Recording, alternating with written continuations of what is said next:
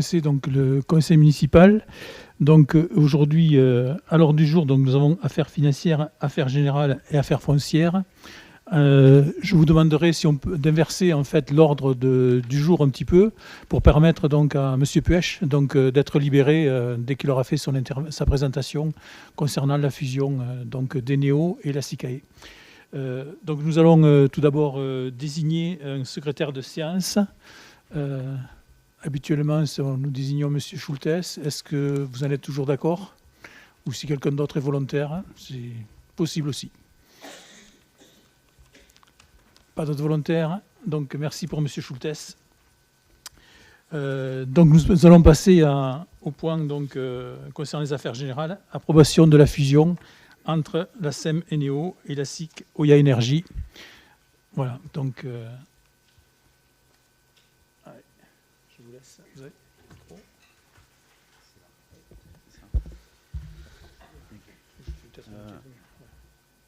Voilà, je ne sais pas si on m'entend bien. Oui. Alors, on peut passer à la première slide. Merci. Oui, donc j'étais déjà intervenu devant vous il y a quelques temps pour évoquer le projet de fusion juridique entre la société d'économie mixte Eneo et la SICAE du Carmozène, donc qui sont les deux entreprises locales d'énergie présentes sur le territoire. Donc ce qui était prévu, c'était d'accomplir cette fusion juridique, pour tout vous dire, quelques mois auparavant, hein, puisque ce qui était visé initialement, c'était plutôt le début de l'année 2025. Bon, des interprétations de juristes en ont décidé autrement. C'est ainsi. Cela dit, bon, les arbitrages nous ont été rendus favorablement, notamment au niveau du ministère de l'Énergie. Donc mieux vaut tard que jamais. Ce qui fait que donc on en est là à la finalisation du projet. Simplement, donc il y a quelques détails de fabrication à vous livrer. Alors, à savoir que cette fusion donc était prévue et appuyée sur l'arrêt des comptes 2024. Donc la situation lors de l'arrêt des comptes 2024 est celle que vous avez sous les yeux, avec côté Eneo, côté SEM Eneo, un capital constitué à hauteur de 6 475 000 euros, des réserves donc à hauteur de 4 923 399 euros. Depuis, ce qui est intervenu sur l'exercice, c'est un versement de dividendes aux actionnaires de Néo, dont la commune de Carmaux, à hauteur de 194 250 euros. Et donc, ce qui nous donne un actif net à hauteur de 11 204 149 euros.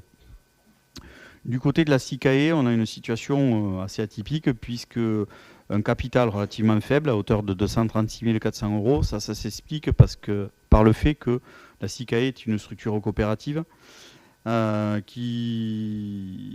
le capital est détenu aujourd'hui par de l'ordre de 1100 actionnaires, qui sont pour la plupart de tout petits porteurs, puisque la valeur nominale de la part est fixée à 8 euros. C'est une société à capital variable, et donc ça, c'est le constat du capital au 31/12/2024. Donc un capital relativement faible, pour autant donc un niveau de réserve plus élevé, puisqu'à hauteur de 9 346 910 euros. La particularité de la SICAE, comme il s'agit d'une coopérative, c'est qu'elle ne distribue pas de dividendes, donc un actif net pour elle à hauteur de 9 583 310 euros.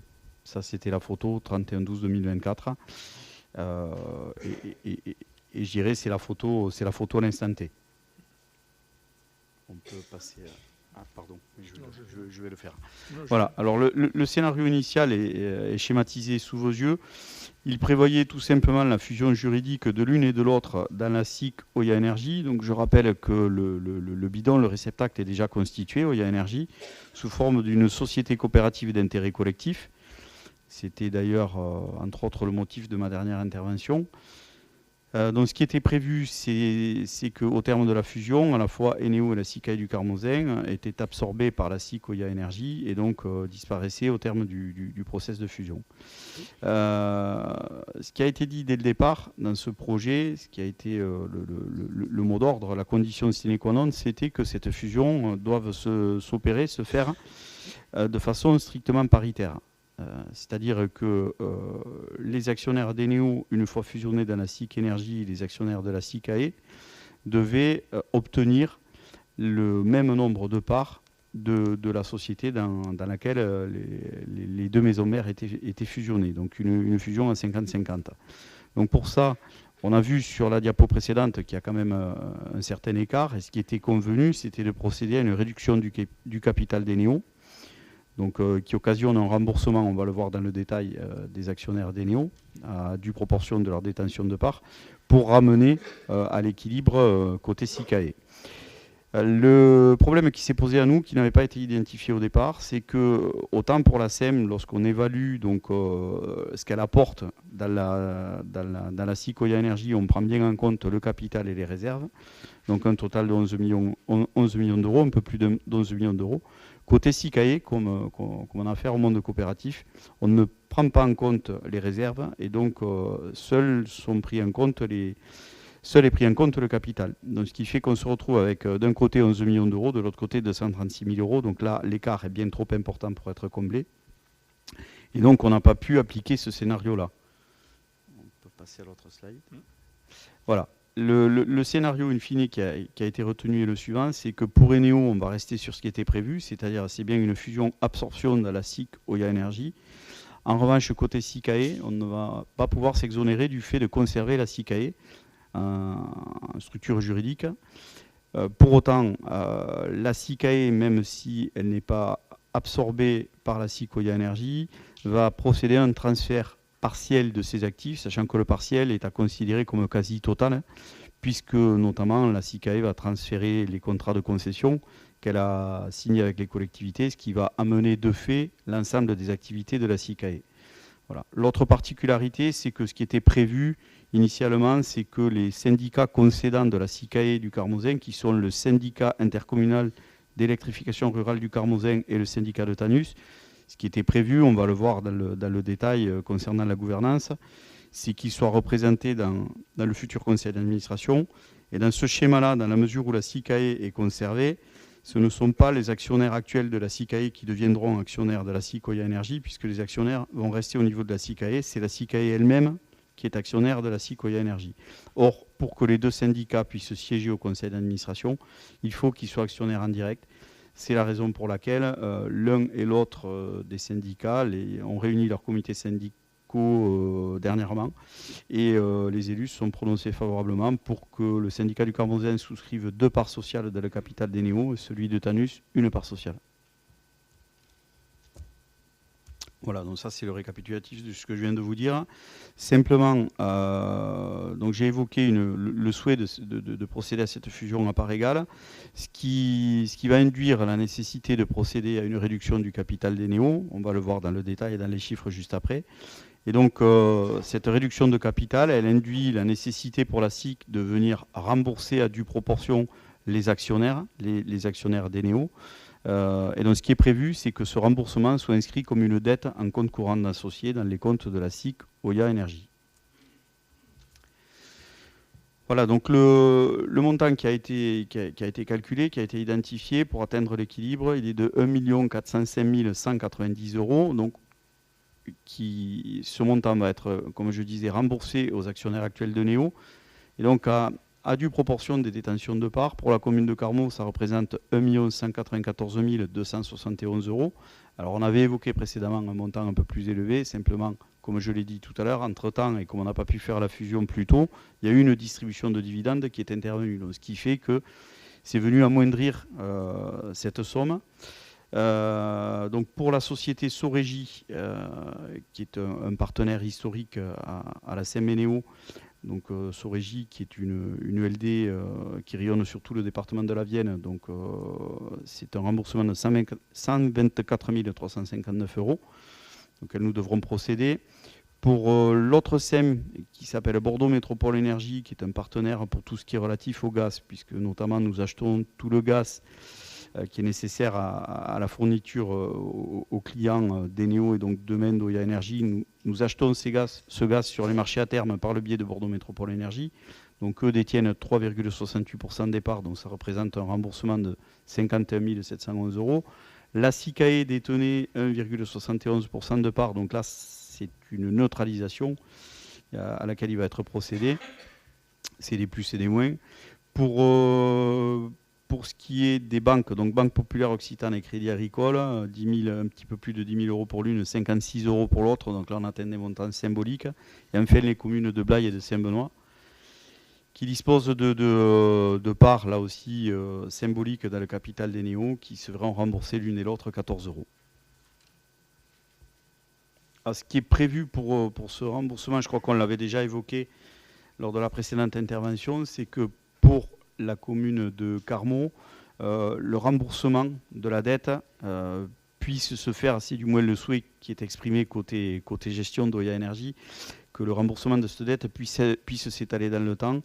Et donc, si c'est le cas, dans tous les cas, ce sera inscrit dans la convention de compte courant d'associés, donc d'Oya Énergie. Pour les autres des actionnaires, ce qui est prévu, compte tenu des montants, c'est plutôt un remboursement en une seule fois. Voilà, sur ce tableau, donc on récapitule ce que seront les détentions de parts, les détentions d'actions dans le capital de la SIC Oya Énergie. Alors, j'ai fait une boulette sur la slide. Mais donc, ce que vous pouvez voir, c'est que les associés de Néo, donc Enéo ne détiendra pas de part, puisqu'on l'a dit, elle sera absorbée. En revanche, les associés, dont la ville de Carmaux, disposeront de 92 526 parts. Côté SICAE, là par contre, il s'agira de la SICAE, puisqu'on a dit elle continuera à exister, 92 303 parts. Bon, on n'est pas pile poil à l'équilibre. Cela dit, ça représente un écart de 20 000 euros dans un capital qui ne sera pas. Il y a une erreur de décalage. Là, c'est pas 1 848 000, mais c'est bien 18 483 000 euros, 100 euros très exactement, dont sera dotée la SIC Oya Énergie. Et ça, je me permets d'insister là-dessus parce que, notamment en termes de gestion, quand il s'agit de convaincre des partenaires financiers pour lever des fonds, pour investir sur le territoire, puisque c'est la vocation, mais c'est bien plus confortable d'aborder les partenaires bancaires quand on a un capital de 18 millions, quasiment 500 000 euros, plutôt que 236 000 euros. Alors on y parvient, mais il faut faire de beaux exercices de pédagogie. Là, ce sera plus simple. Sur ce tableau, donc, on a résumé comment vont se répartir les parts du capital, mais ça je ne vais pas m'appesantir puisqu'on vient de le voir, on l'a décrit. Par contre, ce qui est intéressant, c'est de décrire la façon dont sera organisée la gouvernance dans la SIC Oya Énergie. La particularité de cette forme juridique, donc SIC, c'est Société coopérative d'intérêt collectif, donc on reste dans le monde coopératif. Ce qui est intéressant, c'est qu'on peut regrouper des actionnaires de nature relativement différente, des actionnaires publics, des actionnaires privés, et notamment on peut les regrouper au sein de collèges d'actionnaires. Donc ce qui est prévu pour la SIC Oya Énergie, c'est qu'elle ait 4 collèges d'actionnaires. Donc le premier collège sera constitué de la seule commune de Carmaux, qui détiendra 43,4% des parts, et donc qui se verra attribuer 41% des droits de vote en Assemblée Générale, puisque là encore, les statuts de la SIC permettent de répartir ces droits de vote. Pour ce qui est de la représentation de la ville de Carmaux au sein du conseil d'administration de la SIC, ce sera 33% des sièges, un tiers des sièges, donc à savoir 7 administrateurs. Bon, je rappelle qu'aujourd'hui, la ville de Carmaux a 7 administrateurs et est représentée par 7 administrateurs dans le conseil d'administration de Néo. Donc en quelque sorte, on sera sur une transition.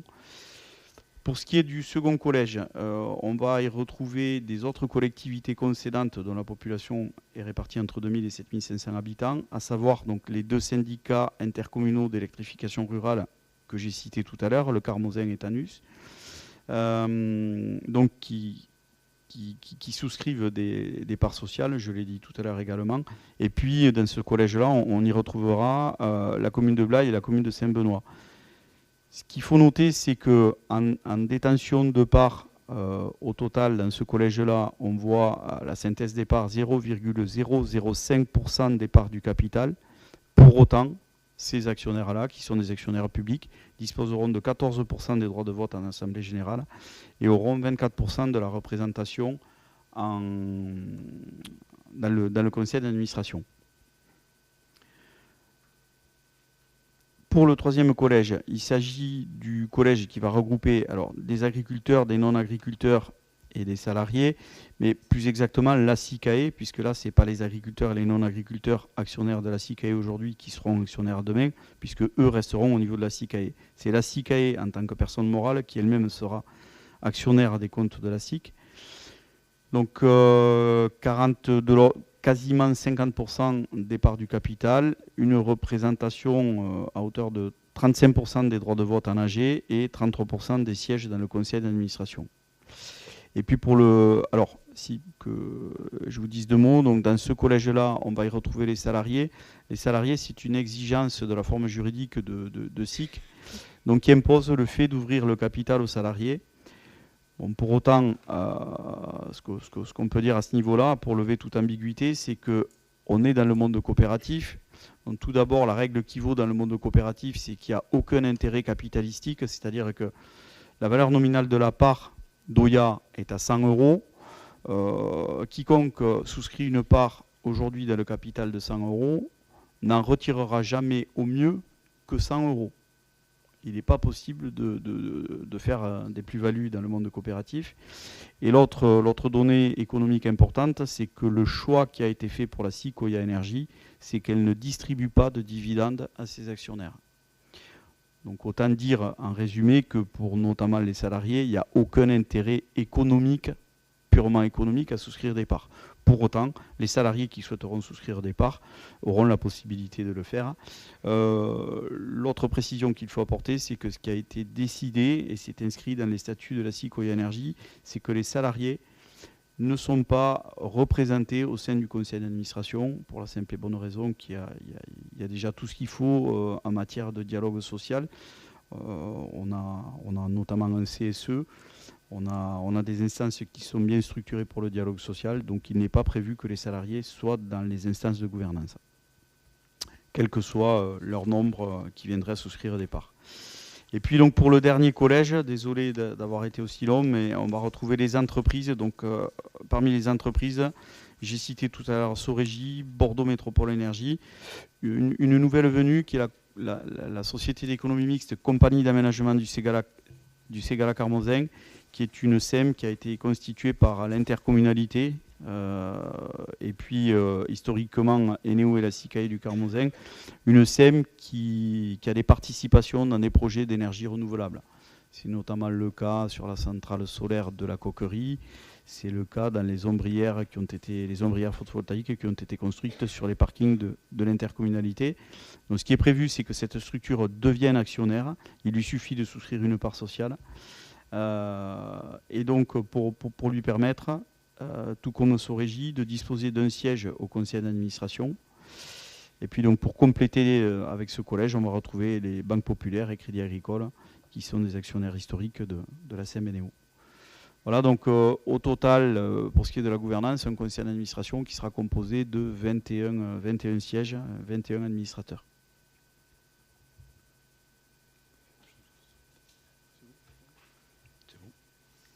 Y a-t-il des questions ?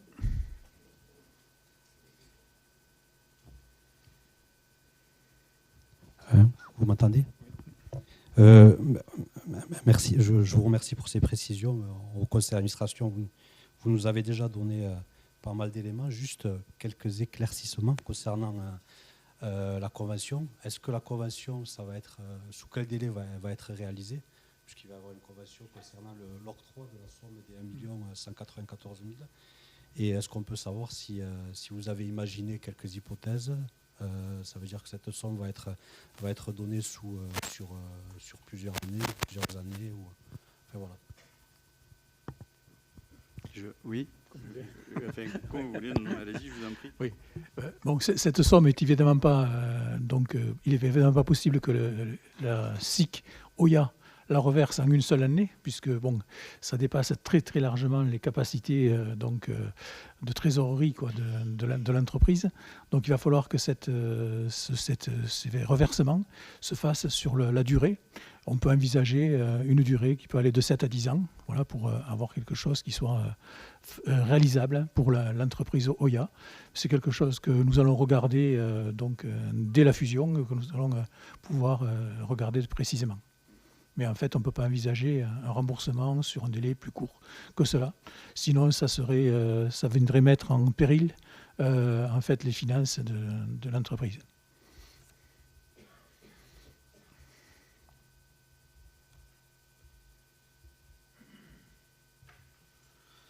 Je poursuis la présentation simplement pour vous informer du fait que forcément la fusion va emporter le transfert des contrats qui avaient été conclus entre Eneo et les collectivités concédantes. Donc c'est notamment le cas pour la ville de Carmaux, ce sont 3 contrats de concession qui sont des contrats de service public, donc un contrat de distribution publique et fourniture d'électricité, contrat de distribution publique et fourniture de chaleur et un contrat de distribution publique de gaz. Donc ces 3 contrats seront transférés d'Eneo à Oya Énergie. Ce qui est prévu, c'est que ce soit formalisé par voie d'avenant. Et ce qui est prévu également, c'est qu'on ne touche à aucune des dispositions de ces contrats-là.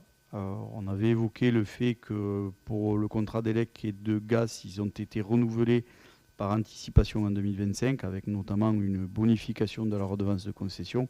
Il n'est pas question, bien sûr, qu'on revienne là-dessus. C'est juste un transfert qui s'impose du fait de la fusion. Et il est nécessaire de vous en informer. De la même façon que Eneo avait souscrit des contrats avec les communes de Blaye et Saint-Benoît pour le gaz, avec le SDET, le syndicat départemental d'énergie du Tarn. Alors pourquoi le SDET? Parce que historiquement, c'était les syndicats d'électrification rurale de Tanus et du Carmozin qui avaient pris la compétence gaz pour certaines des communes qui ont pu être alimentées en gaz. C'est notamment le cas pour la commune de Rosières, pour la commune de Monestier. Et les 2 syndicats intercommunaux ont eux-mêmes transféré leurs compétences gaz au SDET. C'est ce qui fait qu'aujourd'hui, on se retrouve avec le SDET en tant que signataire de ce contrat.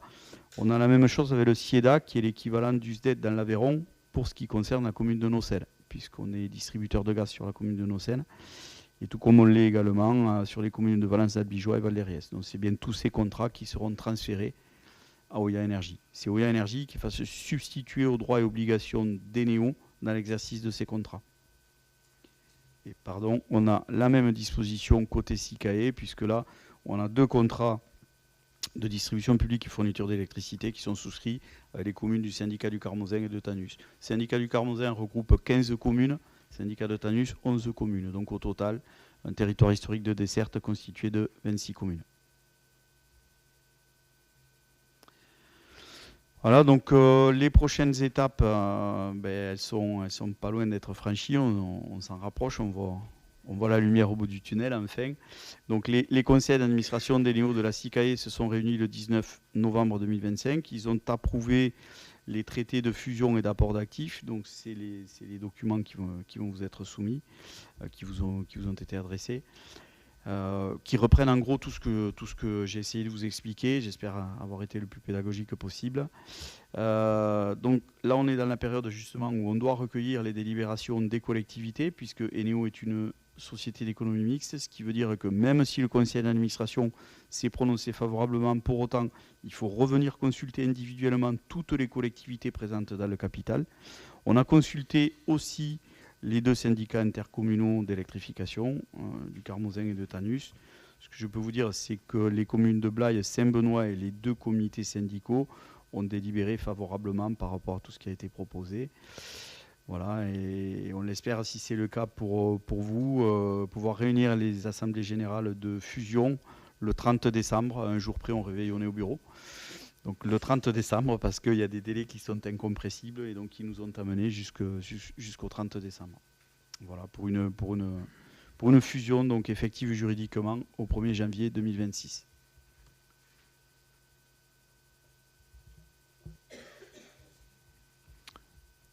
Pas de questions avant que nous passions aux différents votes.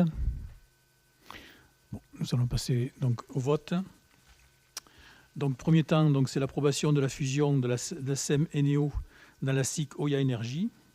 Donc, comme vous l'a indiqué Monsieur Puech tout à l'heure, donc dans les détails, donc il faut procéder donc à une réduction de capital social de la SEM Eneo. Et il est donc proposé au conseil municipal cette réduction de capital. Il est proposé l'approbation du traité de fusion de la SEM Eneo dans la SIC Oya Énergie, à effet au 31/12/2025 à 23h59 et prendre acte du traité de apport partiel d'actifs de la SICAE du Carmozin à la SIC Oya Énergie. Donc nous allons passer au vote. Qui est pour? Merci. Qui s'abstient? Qui est contre? Donc, vote à l'unanimité. Nous allons passer maintenant à l'approbation du projet de transfert de contrat des transferts de contrats de concession, de distribution de gaz et également d'électricité, mais également de chaleur. Donc il est proposé au Conseil municipal de se prononcer sur les transferts des contrats de concession de distribution publique, conclus entre la SEM et Néo au bénéfice de la SIC Oya Énergie, et d'autoriser le maire à conclure les avenants au contrat afin de formaliser les modalités de ces transferts. Pas de questions. Donc on vote. Qui est pour? Merci. Qui s'abstient? Qui est contre? Merci. Et nous sommes arrivés au bout de ce moment-là concernant Oya Énergie. Merci à toutes et à tous. Bon, maintenant, longue vie à Oya Énergie pour qu'elle serve au mieux les Carmozins demain. Voilà, avec cette nouvelle structure qui sera peut-être un peu plus agile pour répondre à nos besoins. Merci pour votre confiance.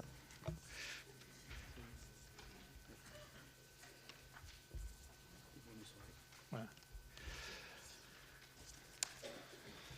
Bonne soirée. Bonne soirée.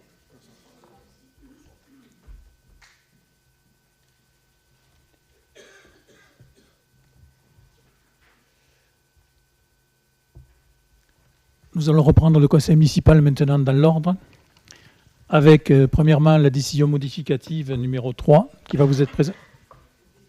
Ah oui, j'ai oublié. Oui. J'ai oublié l'approbation du dernier PV. Y a-t-il des remarques sur le dernier PV? Pas de remarques. On vote. Qui est contre? Qui s'abstient? Merci. Donc, Madame Imbert. Oui, vous avez comme document la décision modificative numéro 3. Il y a un supplément de recettes un fonctionnement de 98 500,47 et un supplément de recettes d'investissement de 427 000 373 €. Avez-vous des questions?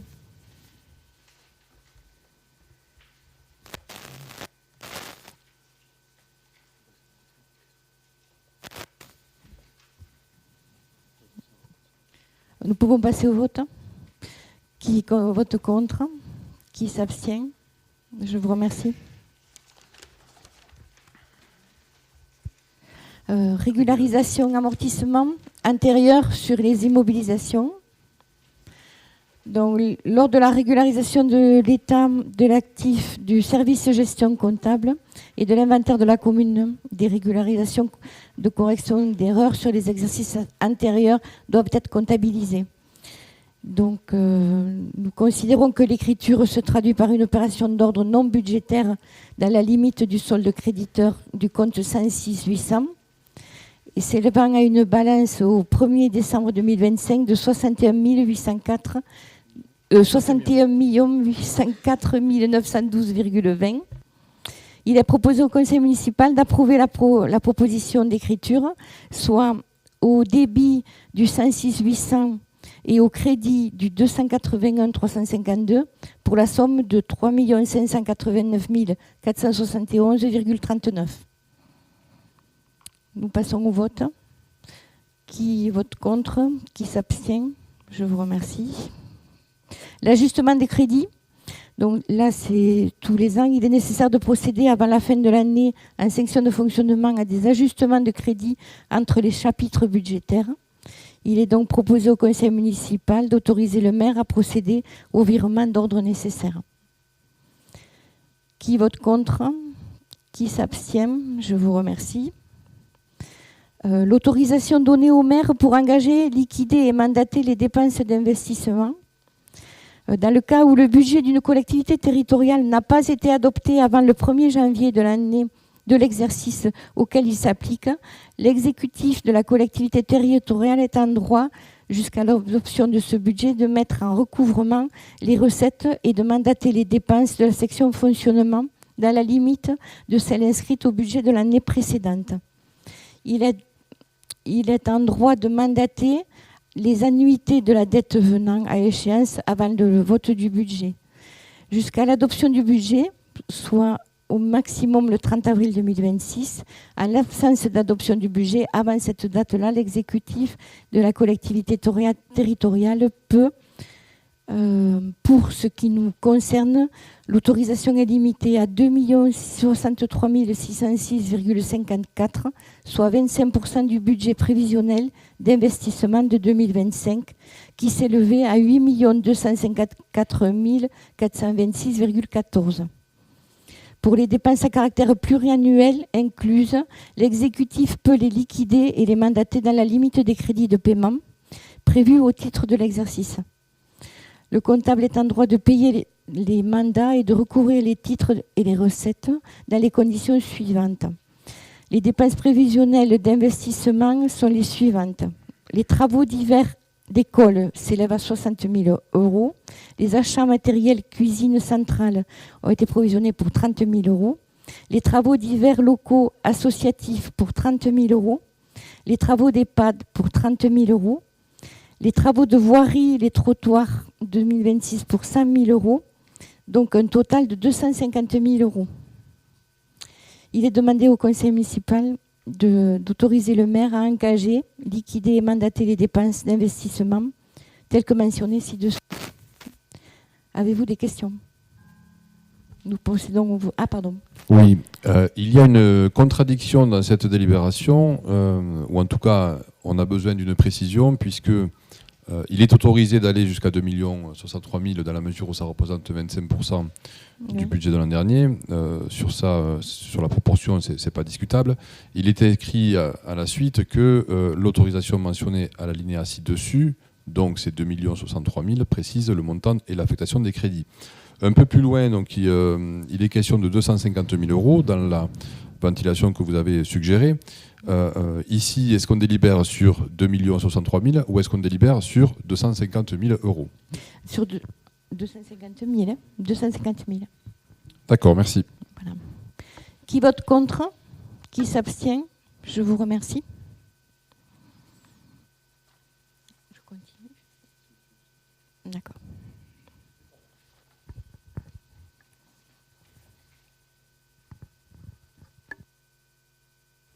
Bon, les tarifs des salles communales donc, et autres.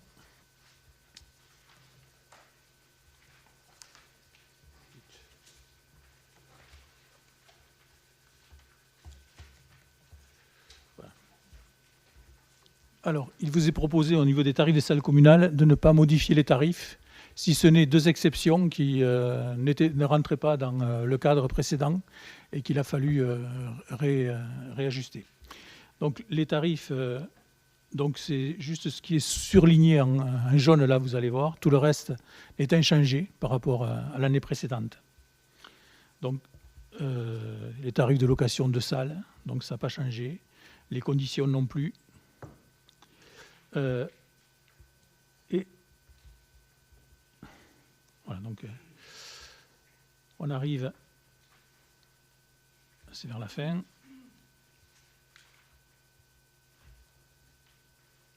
Voilà, c'est ici. Voilà, c'est les terrains et garages.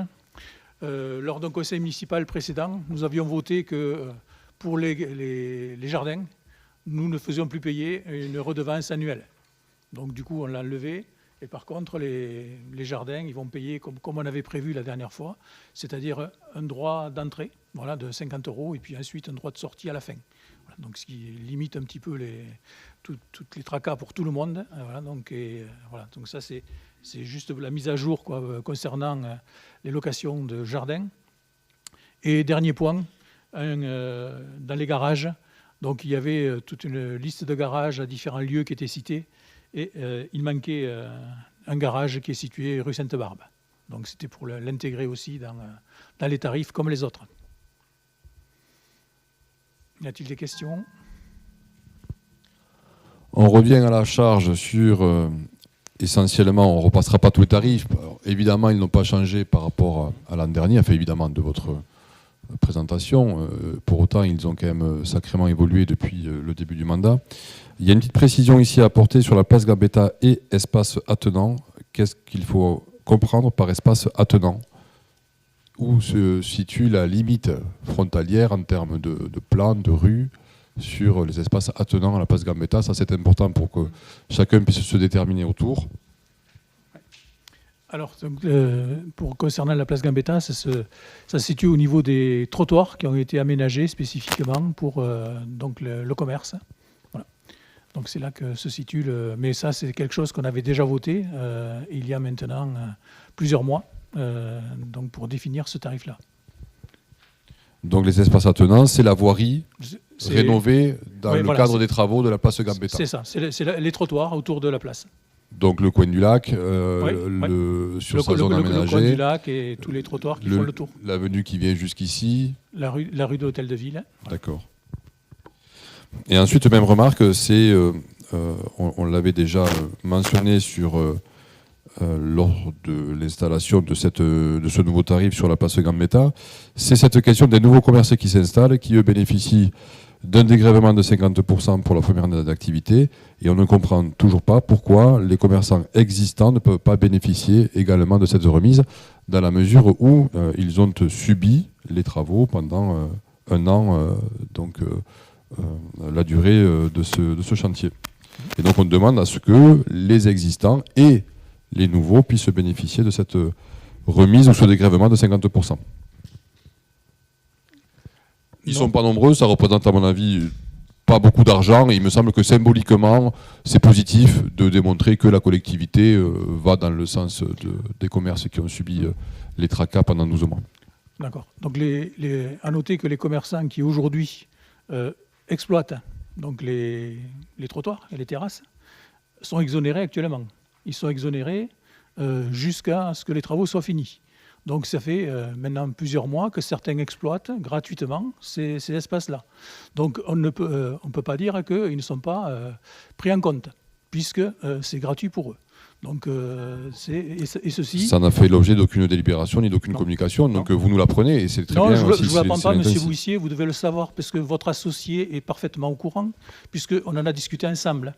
Voilà. C'est bien, alors excusez-moi de ne pas discuter de ces petits détails avec mon entourage, mais il se trouve que l'information n'était pas, en tout cas, ni publique et pas portée à ma connaissance. Ouais. Donc personne de la ville n'est passé pour relever un droit de place pour ces personnes-là, puisqu'on a vu que ça ne serait pas mis en place tant que les places ne seraient pas terminées. Et donc, comme les places ne sont pas terminées, c'est toujours gratuit pour tout le monde. Voilà. Ensuite, donc, faire des différences, les commerçants existants, on le verra tout à l'heure, ils ont pu bénéficier d'une aide financière de la collectivité. Voilà, ce que les nouveaux commerçants, souvent ils veulent s'installer, donc pour eux c'est compliqué. Si, ça a à voir, parce qu'on ne peut pas avoir... Tous n'occupent pas le domaine public sur le droit de place, et puis entre les commerçants qui s'en vont et ceux qui arrivent, on n'est pas du tout sur les mêmes sujets. Voilà, donc ça, on ne prendra pas en compte votre demande. Excusez-moi, mais je suis assez surprise d'entendre qu'en fait, on vote des règlements. Enfin, nous, on était contre, donc nous, on ne l'a pas voté. Mais en tous les cas, majoritairement, il a été voté. Et finalement, vous appliquez d'autres règles. Fait tant mieux pour les commerçants qui bénéficient de ces largesses. Mais bon, à quoi ça sert qu'on vote si après, les règles sont différemment appliquées? Alors, on avait dit dans la délibération précédente que ça s'appliquerait quand les travaux seraient finis. On ne pouvait pas appliquer cela alors que les travaux étaient en cours et que les gens ne pouvaient pas les exploiter.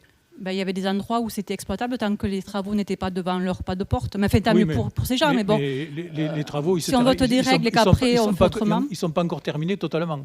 Aujourd'hui, il y a encore les véhicules qui passent devant. Il y a pas les, Oui, il y a je sais pas- bien. voilà, donc ils ne sont pas encore exploitables 100%. Donc, comme ils ne sont pas exploitables à 100%, on ne peut pas demander aux gens de payer un droit de place qui ne corresponde Ah, pas à l'offre qu'on leur propose. Je suis bien d'accord Voilà. avec ça. Et C'est sur le principe de voter des choses et qu'après, ça ne soit mais pas le appliqué. principe qu'on a voté, ce qu'on a voté la dernière fois, on a dit que ça se mettrait en application quand les travaux seraient terminés. Oui. Aujourd'hui, les travaux ne sont pas Il terminés. y avait quand même déjà des droits de place depuis. Enfin, ça a toujours existé, les droits de place. Non, mais ça, c'est les droits de place anciens, c'est les droits de place. Là, vous revenez sur un autre sujet. Là, donc, voilà, là c'est l'autre sujet des droits de place qui s'appliquent sur les autres places que la place Gambetta. Le nouveau droit de place sur la place Gambetta a été voté pour entrer en application au 1er juin 25, pas à la fin des travaux. Ouais. Et c'est là qu'on avait dénoncé effectivement le fait que les travaux n'étant pas terminés au 1er juin, et loin d'être terminés encore au 1er juin, c'était complètement hallucinant que d'imaginer de passer à 1 € le mètre carré, à 30 € le mètre carré pour certains cas de figure. Voilà. Donc les droits de place s'appliquera à partir du moment où les travaux seront finis. Voilà.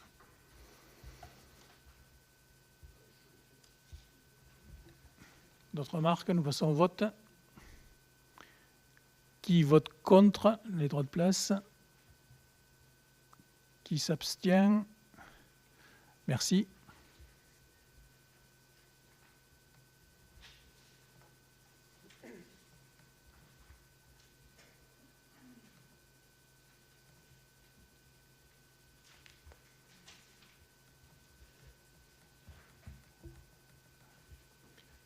Tarif des repas facturés au CCAS.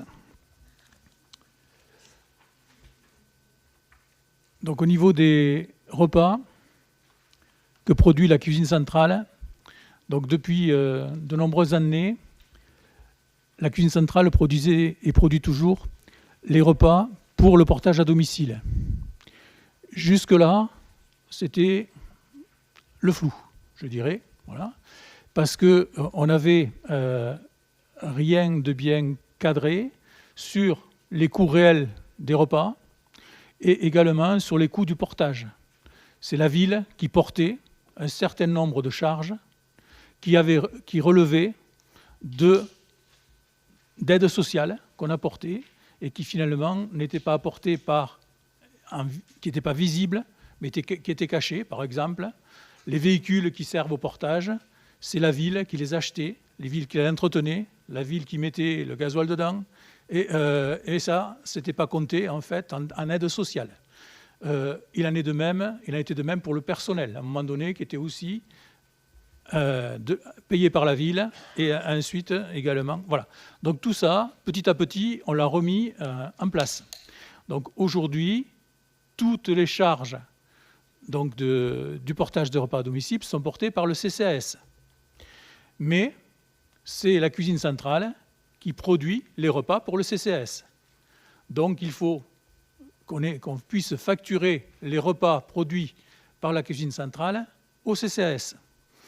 Donc là, ces repas, donc ils ont été évalués en fonction des coûts annuels, et en fonction de ces coûts annuels, le coût d'un repas sortant de la cuisine centrale est de 9 €.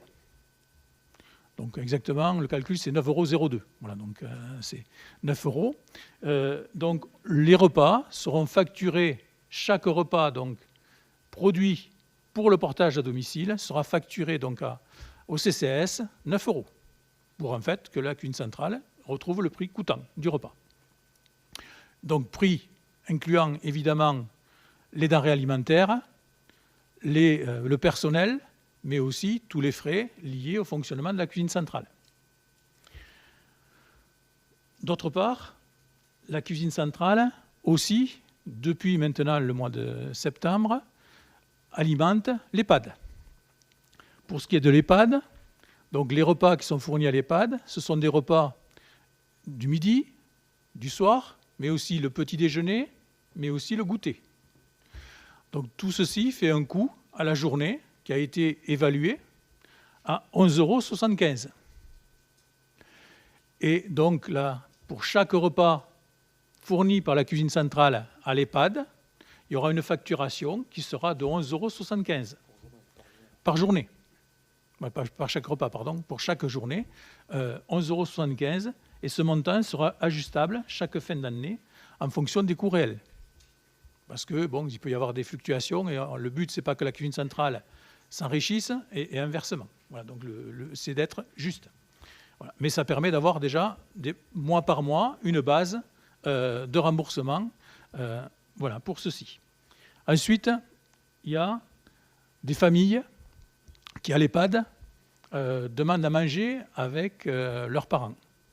Et donc, dans ce cas-là, le prix du repas fourni par la cuisine centrale à l'EHPAD sera facturé 11 €, puisque c'est un repas un peu plus complet, voilà, donc 9 €, pardon, puisque c'est un repas un peu plus complet que ce qui est fourni habituellement. Voilà pour les tarifs donc, de la cuisine centrale vers le CCAS et l'EHPAD. Voilà. On observe ici une contradiction.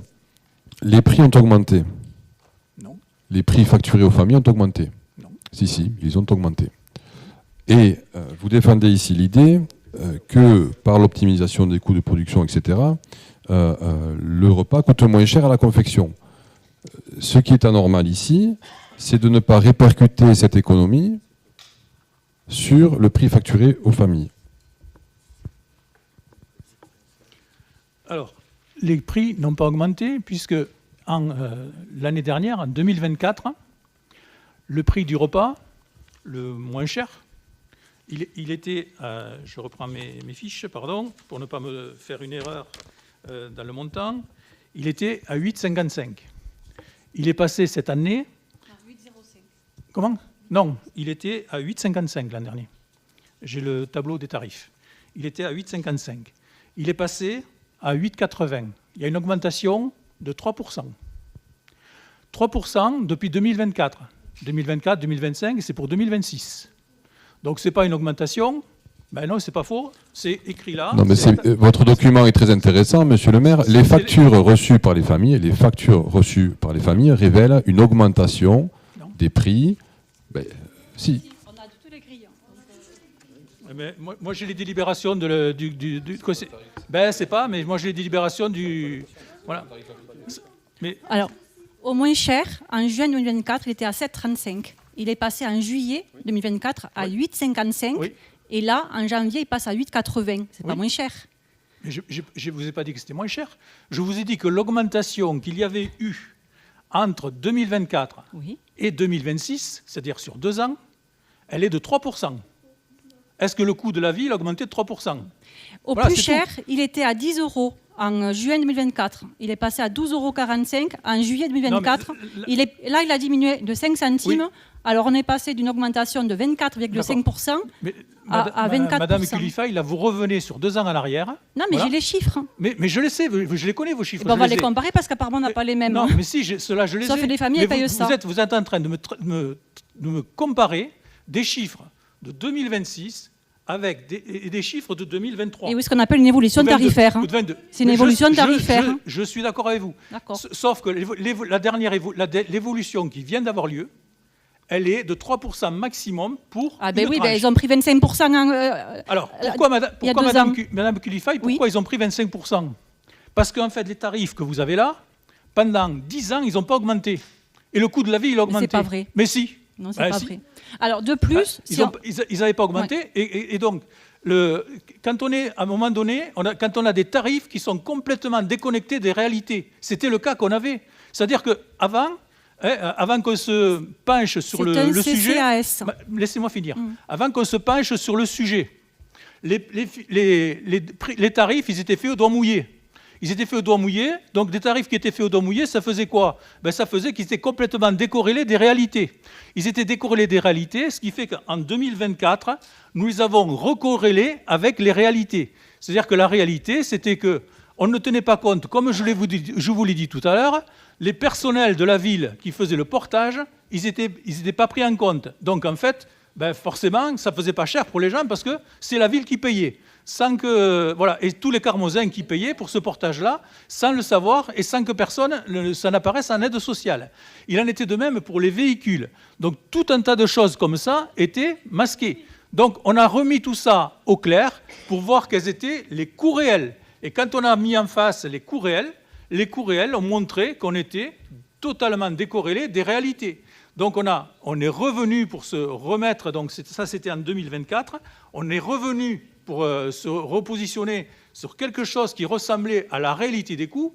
À noter aussi que vous vous insurgez sur les prix, les tarifs qu'on fait, mais ces tarifs qu'on fait par exemple, au niveau du portage, pour une personne que vous me parliez tout à l'heure, avec un tarif de 8 €, donc 80 actuellement, la commune prend à sa charge 50%.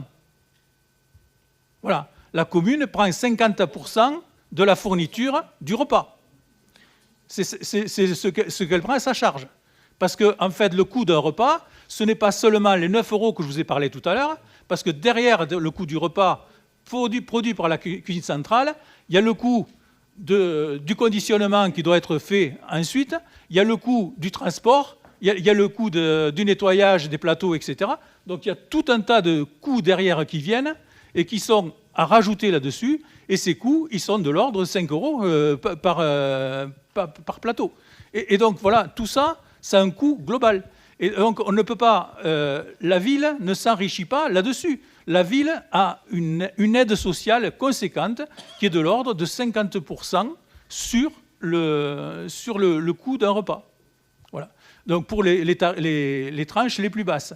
Donc justement, là aussi, les tableaux que vous aviez précédemment auxquels vous faites référence, sur lesquels nous on les a continués pendant quelques temps avant de pouvoir les retravailler, ces tableaux-là qu'on avait, ils étaient aussi tels qu'ils étaient construits précédemment. Les tarifs étaient, on ajoutait un pourcentage à chaque ligne, sans qu'il y ait une référence pour tous. Ce qu'il a été fait maintenant cette année, c'est que pour la tranche la plus basse, vous avez 50% de remise sur le repas. Donc la collectivité prend en charge 50%. Pour la tranche au-dessus, la collectivité prend en charge 40%. Sur la tranche au-dessus, la collectivité prend 30%. Et ainsi de suite pour toutes les tranches, pour arriver à 0 sur les tranches les plus élevées et 0 sur les gens qui sont hors commune. Voilà. Et là, on a une règle maintenant qui s'applique, qui est claire, qui s'applique à tout le monde. Précédemment, si vous prenez les tarifs là, on pourra s'y amuser si vous voulez un jour, vous prenez tous les tarifs, si vous regardez les augmentations, celui-là il avait augmenté de 3%, celui-là il avait monté de 4%, celui-là il a monté de 5%. En fait, en fonction des grilles, il n'y avait rien d'homogène. Et là, maintenant, on a quelque chose d'homogène qui va pouvoir s'appliquer systématiquement à tout le monde. Alors, mon intervention, je le répète, c'était pour vous contredire sur des chiffres qui n'étaient pas bons, et effectivement, les chiffres n'étaient pas bons. C'était aussi pour vous contredire sur le fait que les repas avaient bien augmenté, les repas ont bien augmenté. Maintenant, vous mettez une dissertation sur le fonctionnement d'une cuisine centrale, on connaît quand même un petit peu comment ça se passe. De plus, visiblement en pas. plus de l'augmentation de 72 € pour certaines personnes par mois, quand même, c'est pas rien, en un an et demi, il faut ajouter pour certains l'impossibilité désormais d'aller chercher le repas à la cuisine centrale, ce qui, pour certaines personnes, leur faisait économiser 2 € pour le portage par jour, ce qui n'est pas rien, ça fait quand même 32 € à minima par mois, sous un prétexte. Alors, le courrier ne fait pas mention de règles d'hygiène, c'est uniquement pour satisfaire les demandes des services. Ça reste quand même, je pense, un service intéressant parce qu'il y a des personnes qui sont chez elles, mais qui aiment bien aussi sortir. Ça leur permet d'avoir un bien-être aussi physique, d'aller chercher le repas et de voir un petit peu du monde plutôt que de rester à la maison et attendre qu'on leur apporte. Désormais, c'est plus possible. Donc, c'est un service communal d'action sociale, Monsieur Bousquet. La majorité des seniors à Carmaux, ils n'ont pas de grosses retraites. C'est beaucoup de veuves, de mineurs qui vivent avec 800 € par mois. Ils sont augmentés de 25% pour certains. Vous me dites que c'est normal. Mais écoutez, c'est une façon de voir les choses. Madame, je vous prends un flagrant délit de mensonge. Ben oui, quand vous dites 25%, montrez-moi qu'il y a 25% quelque part. Il y est nulle part. 24,5%, excusez-moi. Non, il y a 16%. On ne va pas chipoter. Il y a 16%, je l'ai là, je l'ai fait le calcul, il y a 16% entre 2024 et 2025, et ensuite il y a 3%. Donc voilà, tout ça, ça ne fait pas 25% comme vous le dites. Voilà, donc, mais non, je vais donner les chiffres, comme ça chacun pourra vérifier vos calculs, Madame Kulifay. Donc, voilà, je donne les chiffres, comme ça chacun pourra le vérifier. Donc, le tarif était de 7,35 € au 30 juin 2024. Au 31 décembre 2025, il était de 8,55 €. Chacun pourra vérifier que c'est 16%. Et ensuite, donc, il est passé à 8,80 €, il va passer en 2026. Et là, ça fait 3% d'augmentation par rapport à 2025. Tout le monde pourra vérifier. Et donc, tout ça, ça ne fait pas, bien évidemment, 25%. Mais vous changez chaque fois de référence. Comment voulez-vous qu'on se comprenne? Vous passez d'une ligne à une autre. Voilà. Vous prenez la ligne qui vous intéresse. Non. J'ai pris la ligne que vous avez parlé, madame. En me faisant passer pour une incompétente. Excusez-moi, monsieur le maire, quand on est à 10 € en juin 2024 et qu'on passe à 12,45 € en juillet 2024, ça fait bien 24,5%. Je parle de la tranche haute. Oui. Voilà. Alors, donc, je ne suis pas une menteuse et je sais calculer. Madame Kulifay, vous avez vu à quoi elle correspond, cette ligne? Oui. Elle correspond à la hors commune. Non, pas du tout. Pas du tout. Plus de 1600. Non, pas du tout. Aux revenus imposables qui sont supérieurs à 1 600 €, ce qui n'est pas non plus, c'est pas non plus une fortune. Hein. Ouais. Ce qui est de regrettable dans tout ça, c'est ce débat-là qui n'a pas lieu d'être ici. Ouais. Et je crois savoir que quand vous avez été élu, vous avez constitué une commission sociale qui ne s'est jamais réunie tout au long de votre mandat. Jamais. Alors là, j'ai une bonne réponse pour vous. Ah parce mais que, oui, je en suppose. fait, l'action sociale relève du CCAS. Oui, mais il y avait une commission sociale. L'action sociale relève du CCAS. Oui, tout à fait. Oui, tout à fait. Donc, mais moi, je faisais partie de la commission sociale, monsieur, et je n'ai jamais été conviée. Mais vous confondez. Non, donc. Je ne confonds pas, monsieur. Bon. Non, on n'est pas des idiots. Arrêtez de nous prendre pour des idiots. Il y a une commission sociale qui s'est constituée avec des membres désignés. Mais ce n'est pas pour ça. Elle s'est réunie une seule fois après votre élection, justement, pour discuter des repas à domicile. Ce n'est pas pour cela. C'est le CCAS qui est compétent dans l'action sociale et seul le CCAS. Le CCAS est composé d'élus. Il est composé de membres d'associations. C'est ce CCAS qui décide des tarifs de portage de repas à domicile. Ce n'est pas la commune. C'est une compétence du CCAS. Ce n'est pas une compétence de la commune, le portage de repas à domicile. Et c'est cette commission du CCAS qui a voté les tarifs. Ce n'est pas les élus de la ville de Carmaux qui avaient à voter ces tarifs, puisque ce n'est pas de leur compétence. Donc c'est pour ça que ça a été voté en CCAS, et chaque fois, ça a été voté quasiment à l'unanimité. La dernière fois, la dernière augmentation a été votée à l'unanimité. Voilà, donc on ne peut pas dire qu'il n'y a pas eu de débat là-dessus. Le débat a eu lieu à l'endroit où il devait avoir lieu, c'est-à-dire au sein du CCAS. Non, la commission sociale ne s'est jamais réunie. La cuisine centrale ne dépend pas du CCAS, monsieur. Elle dépend de la mairie, donc franchement, ça peut se discuter aussi. Et la commission sociale n'a jamais été réunie. Elle a été, lors du premier conseil municipal, nommée, et elle n'a jamais été réunie. Je maintiens ma position, monsieur, quoi que vous en dites. Voilà, donc les tarifs donc, dépendent du CCAS. Voilà. Donc on discute sur le CCAS et non pas sur le conseil municipal là. Anna, non. Oui. Juste pour répondre à ce qui a été précisé tout à l'heure, où on nous a indiqué que c'était à la demande des services que les repas n'étaient plus, qu'il n'était plus possible de retirer les repas à la cuisine centrale. Ça n'a pas été fait à la demande des services. C'est suite à la réorganisation donc, du service de portage de repas à domicile, parce qu'en effet, aujourd'hui, mais ce ne sont pas les services qui décident de réorganisation, même s'ils y sont associés. Si aujourd'hui, le service de portage de repas à domicile est basé à l'EHPAD. Non, lorsque les repas sont fabriqués à la cuisine centrale, en effet, mais ensuite ils sont livrés à l'EHPAD. Et puisque le service entier de service de portage de repas à domicile est aujourd'hui à l'EHPAD, et aussi, et vous avez raison, pour des questions d'hygiène, parce qu'aujourd'hui on avait un problème sur la chaîne du froid pour certes des résidents, en tout cas des habitants qui venaient ou habitantes qui venaient récupérer le repas directement à la cuisine centrale, ils étaient à ce moment-là en charge de venir avec des glacières, avec ainsi de suite. Mais le problème, et ça a fait l'objet d'une discussion en effet, mais aujourd'hui, le service de portage de repas à domicile est basé, certes les repas sont fabriqués à la cuisine centrale, mais le service est basé à l'EHPAD.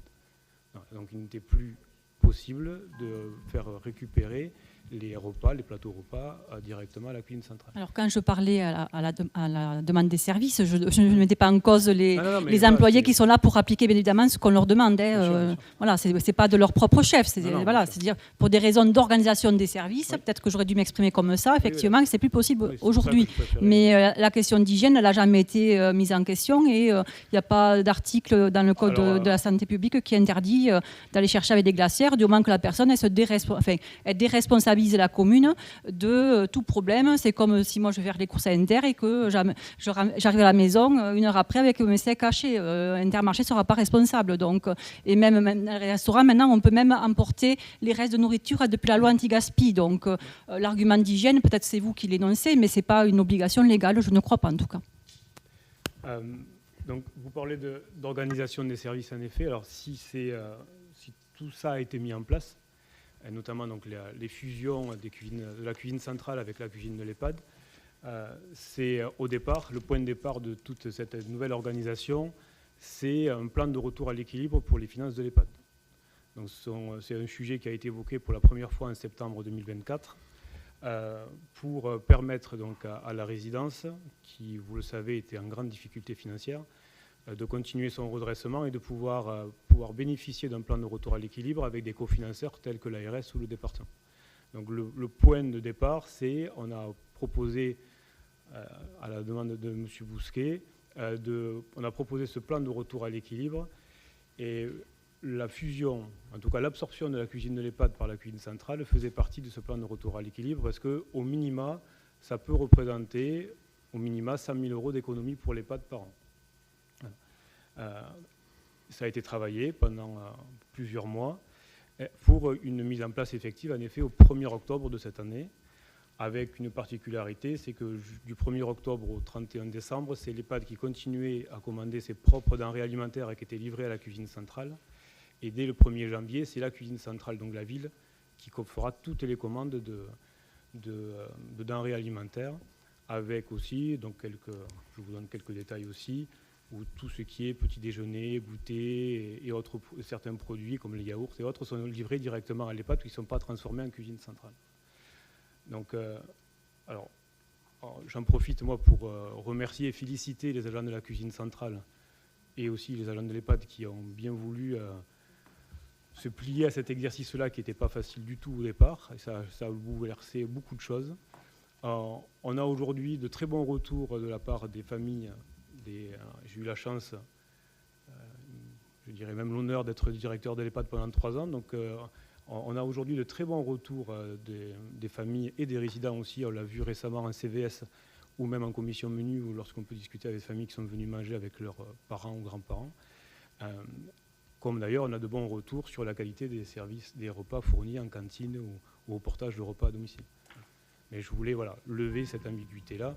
Les agents ont tous joué le jeu de cette nouvelle organisation de la cuisine centrale. Merci, monsieur le directeur, de nous avoir fait le replay du conseil municipal précédent. On avait bien tout ça en tête. On peut effectivement, nous aussi, féliciter les agents de se conformer à toutes ces nouvelles organisations. Alors, vous parlez de quelques mois de préparation. Nous, on considère que ça a été un petit peu brutal ou précipité, mais il est évidemment pas remis en cause ici et c'est pas du tout le sens de nos propos sur la qualité non seulement du service rendu, ni même des repas qui sont servis aux différents endroits, et on sait l'énergie qu'ils mettent, chacun des agents, pour que tout cela fonctionne.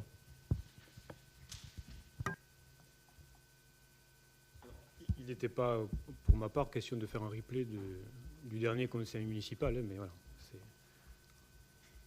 parfois il vaut mieux juste clarifier les choses, c'est tout. D'autres remarques? Nous passons au vote. Oui.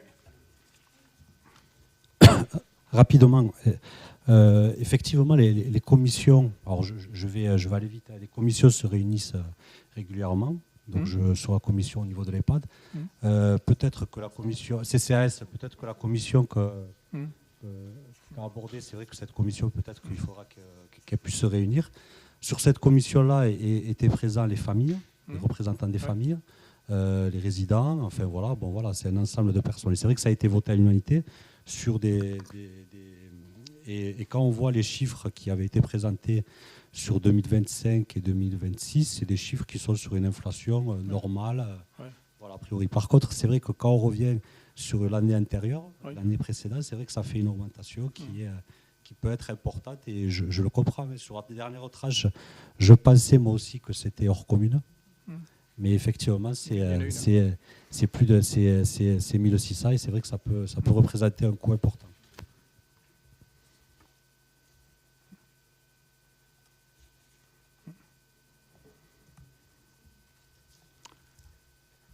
Voilà. Donc, on passe. Je ne sais plus si je fais voter d'ailleurs. Il faut le mettre au vote. Donc, on passe au vote. Qui est contre? Donc, ici.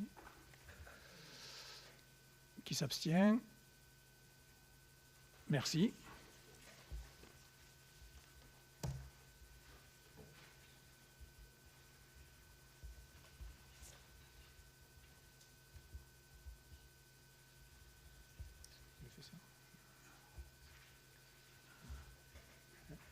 C'est toi qui le fais?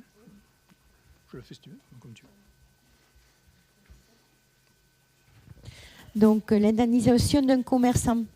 Le 26 mai dernier, le conseil municipal a instauré une commission chargée d'indemniser à l'amiable les commerçants subissant des préjudices commerciaux du fait des travaux réalisés sur la place Gambetta et dans la rue de l'Hôtel de Ville. Dans ce cadre-là, le tabac Jean-Guillaume a déposé une demande d'indemnisation pour compenser la baisse de son chiffre d'affaires.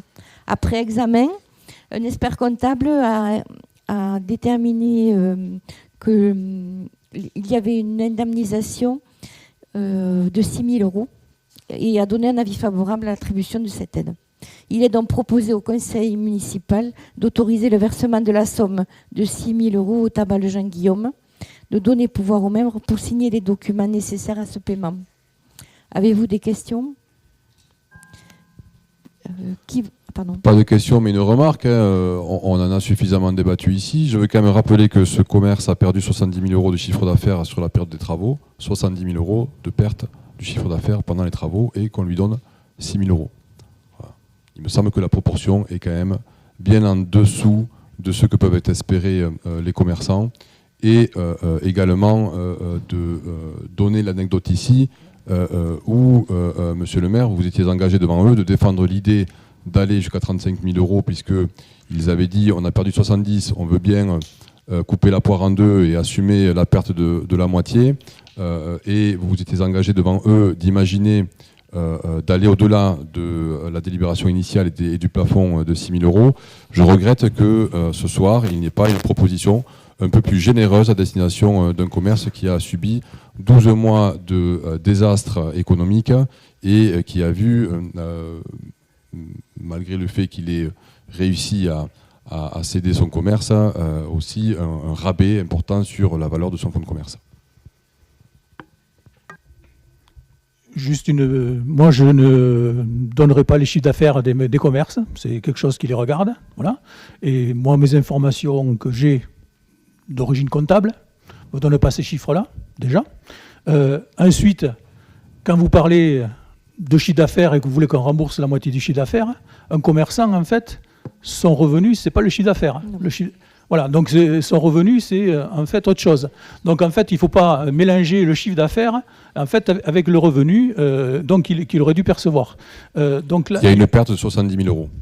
Oui, mais vous avez dit le chiffre d'affaires. Pas de chiffre d'affaires, je corrige, il y a une perte brute de 70 000 €. Voilà, ça, c'est votre... voilà. C'est pas moi, c'est les chiffres comptables qui sont mais le dossier a été fournis. analysé. Moi, monsieur Bouissier, moi je ne divulguerai pas les chiffres mais moi, du commerce. Mais ne faites pas le procès. Et je sais que vous vous trompez, c'est tout. Moi j'affirme qu'il y a une perte de 70 000 euros et qu'on indemnise à hauteur de 6 000. Ouais.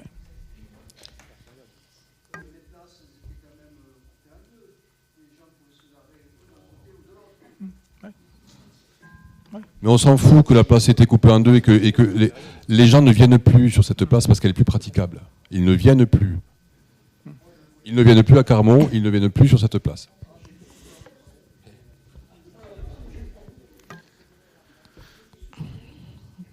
Voilà. Nous allons passer au vote. Ouais. Qui vote contre? Qui s'abstient? Qui vote contre? Qui s'abstient?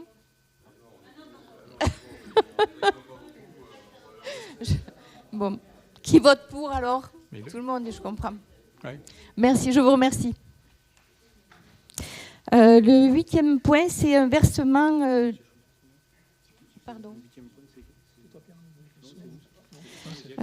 Le 8e point, c'est un versement un don à la ville de Neckarsulm.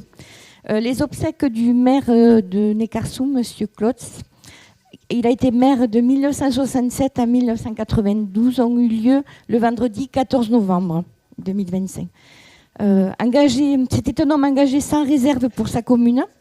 Il incarnait un Européen convaincu, dédié à la construction de ponts entre les peuples.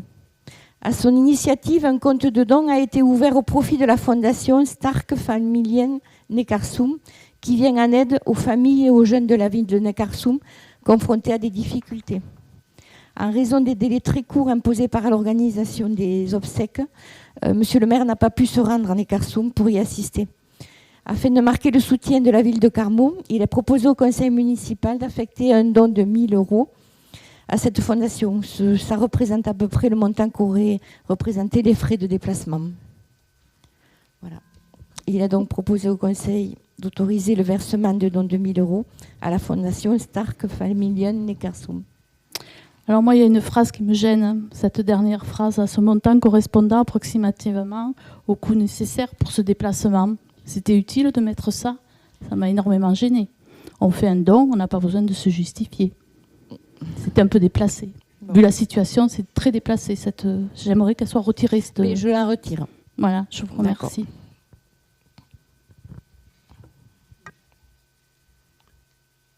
Donc on passe au vote.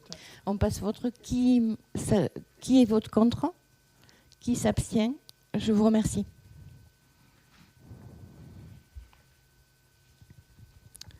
Nous allons passer au point numéro 9, l'attribution de 2 subventions exceptionnelles. La première concerne le forum des associations par l'association Imagine Carmont, qui a organisé le forum au mois de septembre, début septembre, qui a vu la venue d'environ 70 associations cette année. Et donc, il est proposé au conseil municipal d'accorder une subvention de montant de 1 000 euros. Cette aide financière donc, subvient aux différentes dépenses qui ont été liées à la tenue du forum. Voilà. Est-ce qu'il y a des questions sur cette subvention? Donc, on passe au vote pour cette subvention. Ou je fais un global, parce que comme c'est dans un point. Un global, bon. Deuxième subvention, excusez-moi. Pour les riverains du Cérou, c'est un rapport avec le spectacle de Noël qui a eu lieu ce dimanche, dimanche dernier, où ils ont connu une fréquentation, à ma connaissance, d'environ 100 personnes quand j'y suis passé. Il y a environ une 50aine d'enfants des quartiers qui ont pu bénéficier de la compagnie Récré Magique, également d'un Père Noël qui leur a distribué des petits cadeaux, et d'un stand de maquillage, ainsi qu'un joli petit goûter de Noël. Donc ça avait lieu ce dimanche à Salbérégovois. Et on vous propose de voter un montant de 600 euros pour les aider à avoir organisé cet événement. Je vous propose de passer au vote, s'il n'y a pas de remarques. Qui vote contre? Qui s'abstient? Merci pour les associations.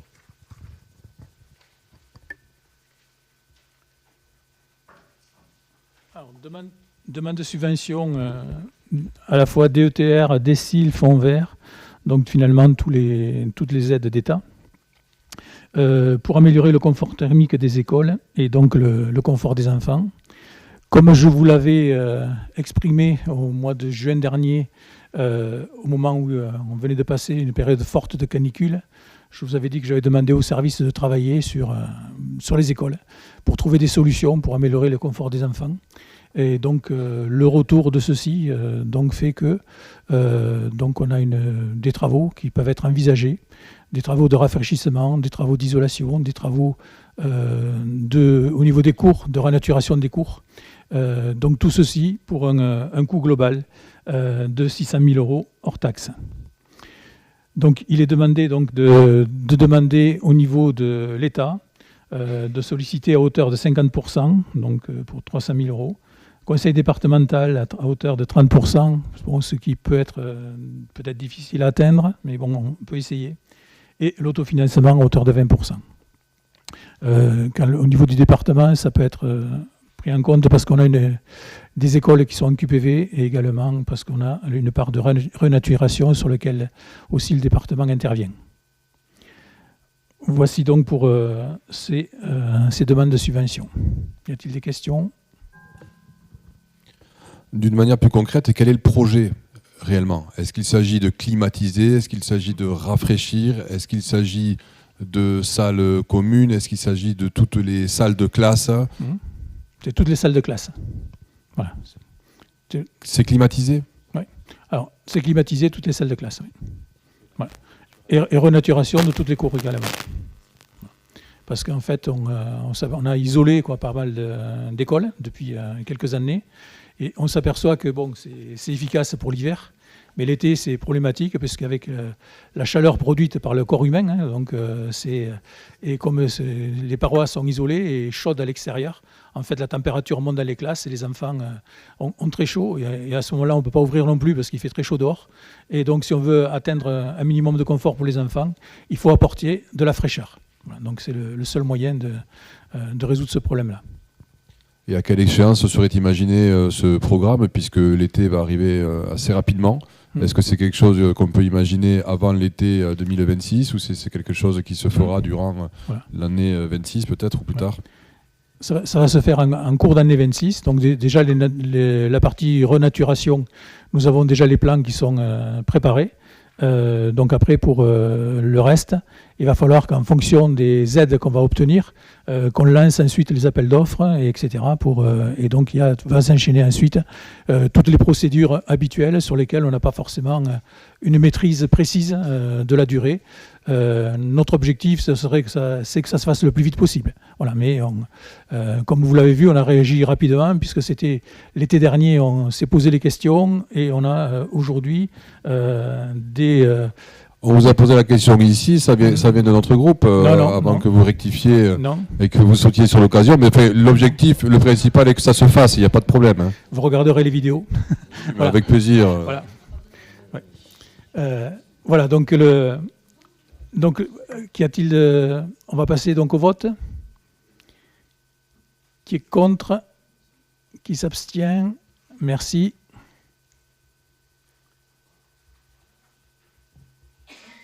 Donc, Eneo l'a fait. Création d'un emploi de responsable affaires juridiques et de la commande publique. Donc, Monsieur Gauthier-Nouillet est en partie. Donc là, nous avons lancé un recrutement pour le remplacer. Donc, nous avons besoin de redéfinir un petit peu son profil de poste par rapport aux besoins actuels et au profil de la personne que nous allons recruter. Et donc ce profil, c'est un agent responsable d'affaires juridiques, donc à la commande publique. Donc là, c'est juste la création de l'emploi, pas du poste. Le poste existe déjà. Question. Passons au vote. Qui est contre? Qui s'abstient? Merci. Création d'un emploi d'un agent responsable des services mécaniques. Donc ça, c'est l'officialisation de cet emploi-là. Donc cette personne-là était en remplacement d'une personne qui était partie à la retraite. Et donc là, le but est de le remplacer donc de façon officielle en créant le poste correspondant et donc un poste en CDD puisque c'est son choix.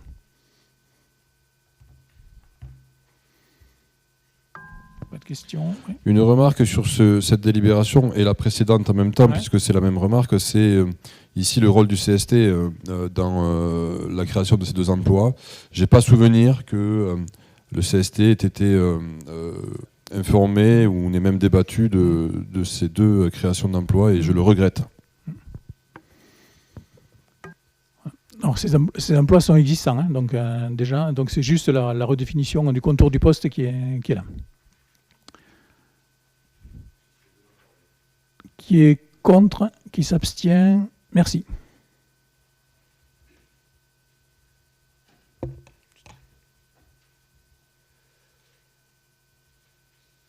Avancement de grade. Donc l'avancement de grade pour 4 emplois. Un emploi de technicien au grade principal, un emploi au grade d'adjoint d'administration principale et 2 emplois au grade d'agent de maîtrise. Donc là, c'est toujours pareil, c'est pour permettre à des gens qui acquièrent de l'ancienneté, acquièrent des concours, des examens, de pouvoir en fait évoluer dans leur carrière. Pas de questions, on passe au vote. Qui est contre, qui s'abstient, merci.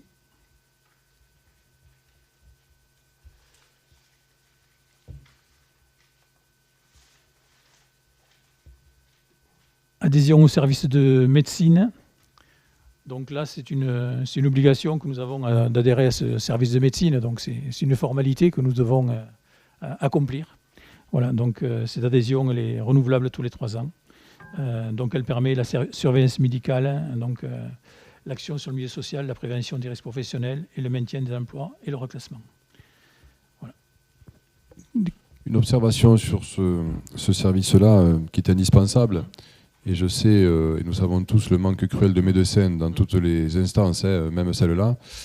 Cependant, les agents territoriaux ont fait connaître à plusieurs reprises le fait que beaucoup d'agents n'avaient pas vu de médecin depuis bien longtemps. Alors je crois que les derniers arrivés ont eu cette chance-là, si on peut dire ça comme ça, mais il y a une vraie carence sur la rencontre entre la médecine du travail, ou en tout cas ici la médecine préventive territoriale et les agents. Oui. Et pour compléter, on pouvait s'attendre aussi ici, puisqu'il est question d'adhérer à un service de médecine, on est toujours dans l'attente de le fameux dispositif de recueil de signalement des actes de violence, de harcèlement, de propos sexistes, etc. Donc auprès des agents. J'avais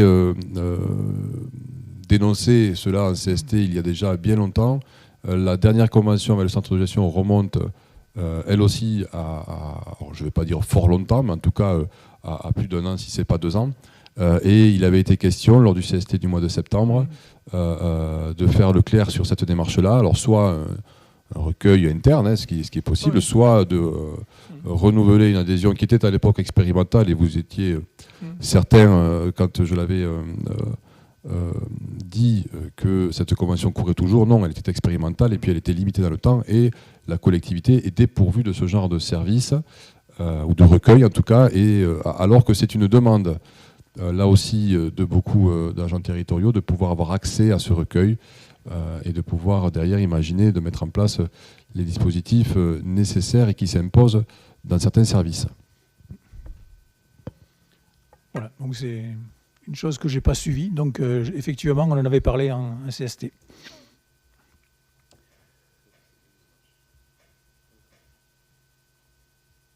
Donc l'adhésion au service, qui est contre, qui s'abstient, merci.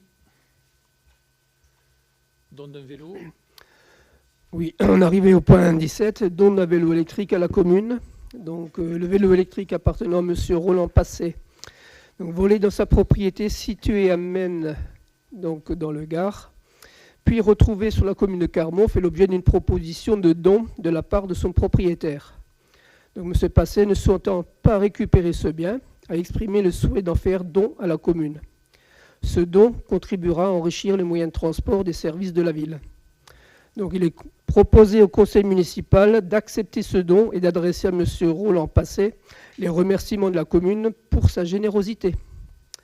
et d'autoriser le maire à accomplir toutes les formalités administratives nécessaires à cette adaptation, à cette acceptation. Donc ce vélo électrique sera inscrit à l'inventaire des biens communaux et géré conformément aux dispositions légales et réglementaires en vigueur. Est-ce qu'il y a des questions ?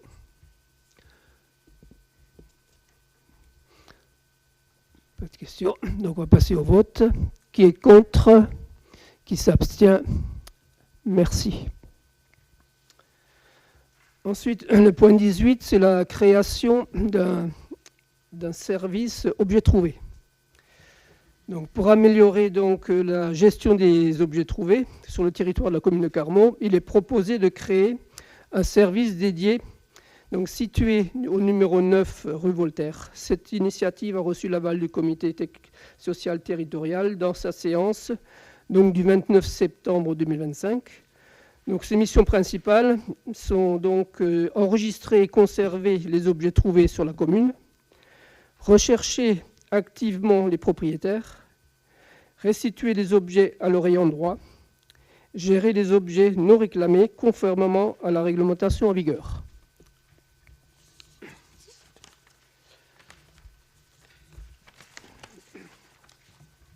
Donc, un registre des objets trouvés sera tenu à jour et accessible aux agents habilités.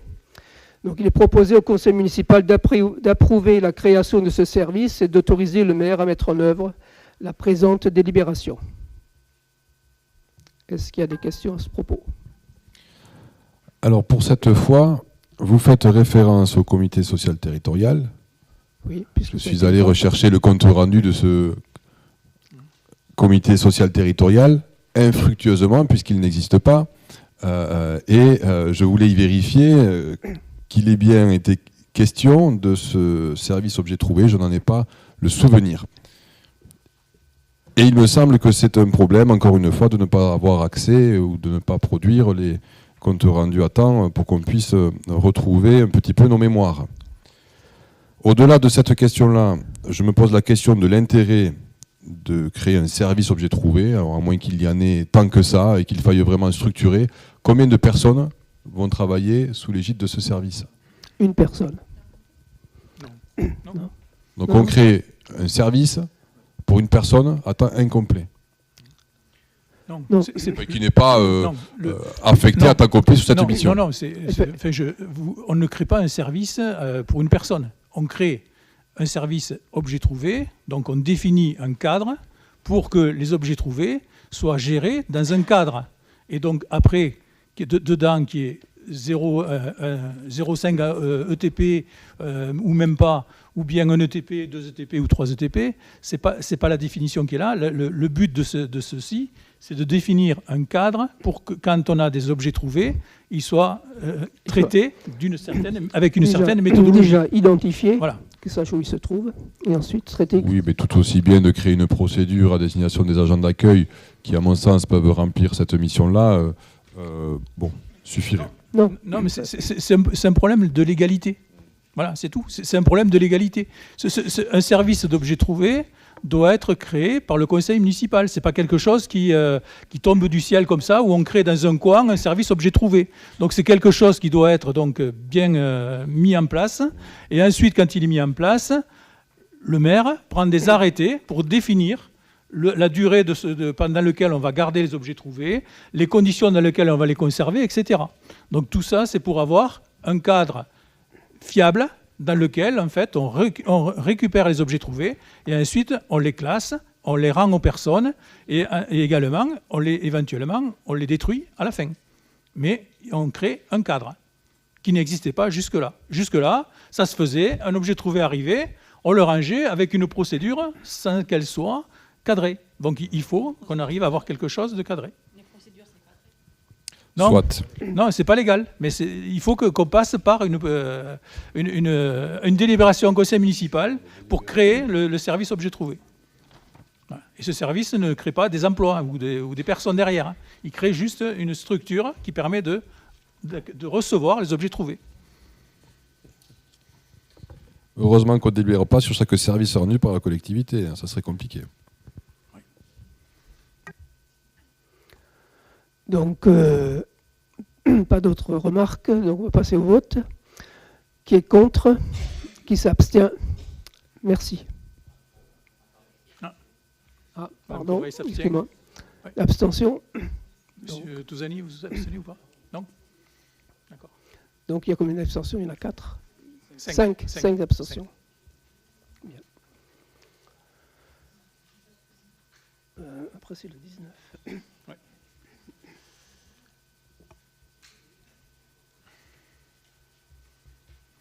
Autorisation de travail des salariés le dimanche en 2026. Donc ça c'est pour l'année qui vient.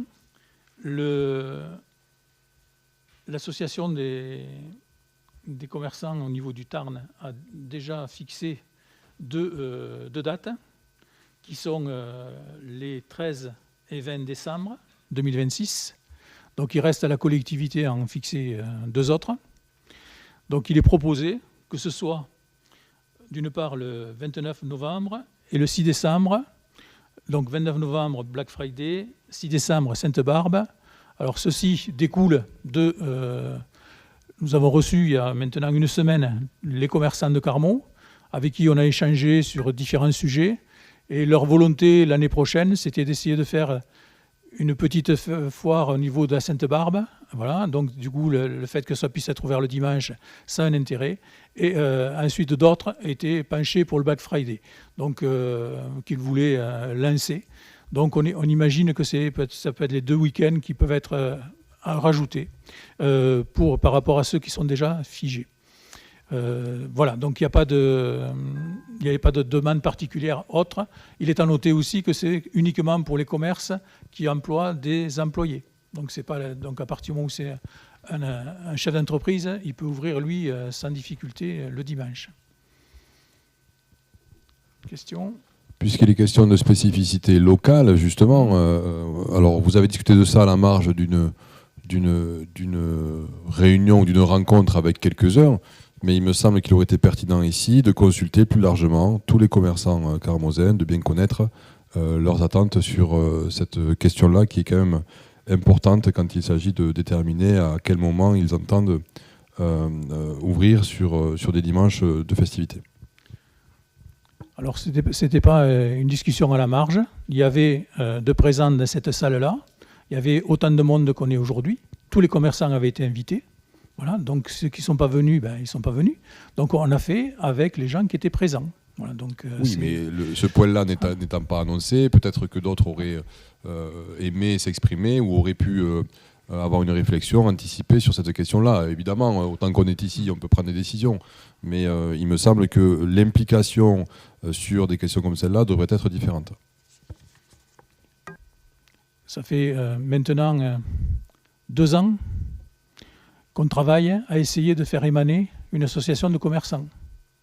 Cette association n'émane toujours pas. Peut-être que demain, j'aurai une bonne nouvelle, parce que j'ai quelqu'un qui m'a demandé un rendez-vous, donc pour peut-être ça.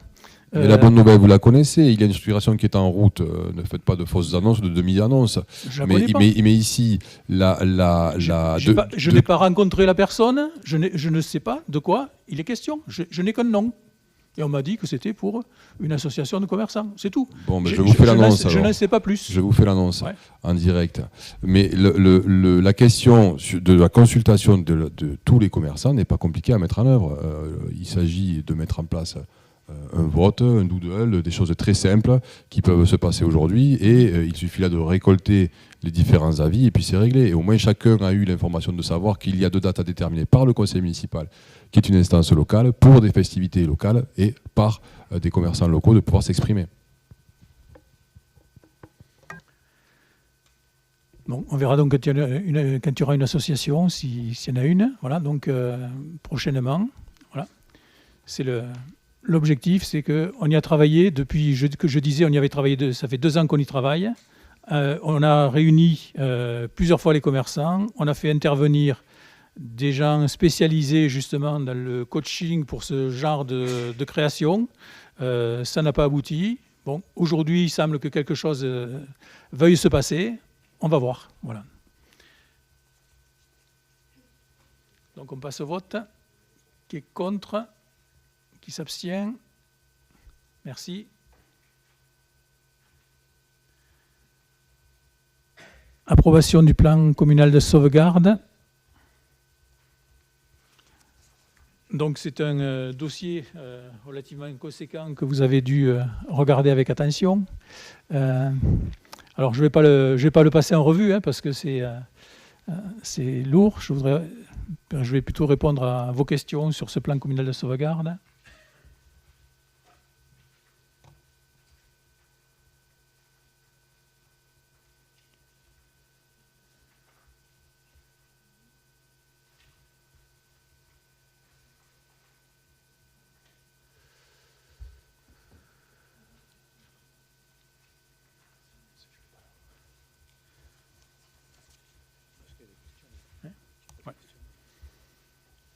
Alors je rappelle que ce plan communal de sauvegarde, c'est une obligation pour les communes. Hein, donc ce document a été rédigé par M. Nouillers dans un premier temps, puis dans un deuxième temps, Madame Labotte, qui ont fait un gros travail pour ça. Et ils ont été associés avec l'ensemble aussi des autres personnels, des services techniques et autres, qui ont apporté leurs compétences et leurs connaissances des spécificités techniques, des matériels, des équipements qu'avait la collectivité, etc., pour identifier tout ce qui était nécessaire. Voilà.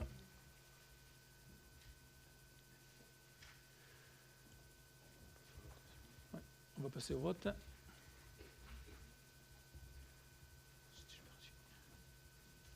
Voilà. Donc, qui est contre? Qui s'abstient? Merci. Dénomination de voie, chemin des Amouriès. Le point 21, dénomination de voie, chemin des Amouriès. Donc la parcelle BK 0110, propriété du département, située sur la commune de Carmaux, accueille les locaux du centre d'exploitation de Carmaux. Cependant, la voie desservant ce site, le chemin des Amouriès, se trouve sur la commune voisine de Saint-Benoît de Carmaux. Donc cette situation crée une confusion, notamment pour les livreurs, dont les outils de géolocalisation ne reconnaissent aucune adresse valide à l'emplacement du centre d'exploitation. Afin de régulariser cette situation et faciliter l'accès au site, il est proposé donc de créer officiellement le chemin des Amouriès sur la commune de Carmaux, en prolongement de celui situé sur la commune de Saint-Benoît de Carmaux.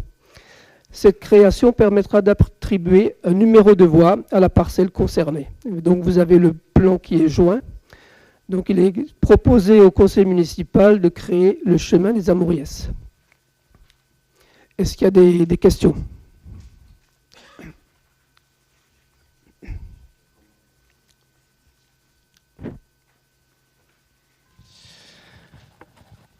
Oui, j'en profite, c'est pas directement sur ça, mais c'est lié aux voies. J'en profite pour vous rappeler qu'il y a des endroits de Carmaux qui ne disposent toujours pas de numéro de rue, contrairement à l'obligation légale.